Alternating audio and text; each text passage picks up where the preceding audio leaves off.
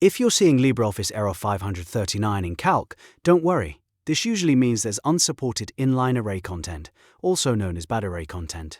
In simple terms, Calc is reading something inside curly brackets that it doesn't like, and the good news is that this is usually easy to fix. In this video, I'll show you exactly how to fix LibreOffice error 539 step by step, so you can get your spreadsheet working again without the confusion. And if this tutorial helps you out, make sure to hit the like button and subscribe for more quick software fixes like this. 1. First, let's understand what this error means. Error 539 normally appears when LibreOffice Calc expects a static array value, but instead finds something more complicated inside the brackets.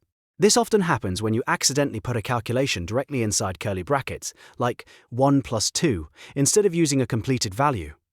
Calc wants the array content to be simple and supported, not active math that it has to interpret inside the braces. So the first fix is to extract the calculation.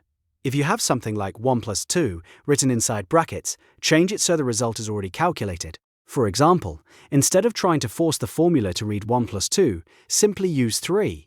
That way, Calc is getting a clean value, which avoids the unsupported inline array content error. This is one of the fastest ways to solve the problem, especially if the formula is short and easy to simplify. Next, check your bracket types very carefully. Curly brackets or braces should only be used for static array values in LibreOffice Calc. They are not the right choice for grouping normal calculations. If you are just trying to organize a formula or control the order of operations, use standard parentheses instead. Parentheses are meant for grouping mathematical expressions, while curly brackets are reserved for array-style content. Mixing those up is a very common cause of error 539. A good way to troubleshoot this is to click into the formula bar and inspect the exact formula you entered. Look for any curly brackets that may have been added manually, especially around calculations. If you see braces around something that contains operators like plus, minus, multiply, or divide, that is likely the issue. Replace those braces with parentheses if you need grouping, or rewrite the formula so the values inside the array are already resolved. If the formula came from copying and pasting, there's another useful thing to check. Sometimes spreadsheet content copied from another source brings in formatting or syntax that Calc does not fully support. In that case, try pasting the values again more carefully, or rebuild the formula manually. That can help remove hidden issues that trigger the unsupported array content error. After making your changes, press Enter and test the formula again.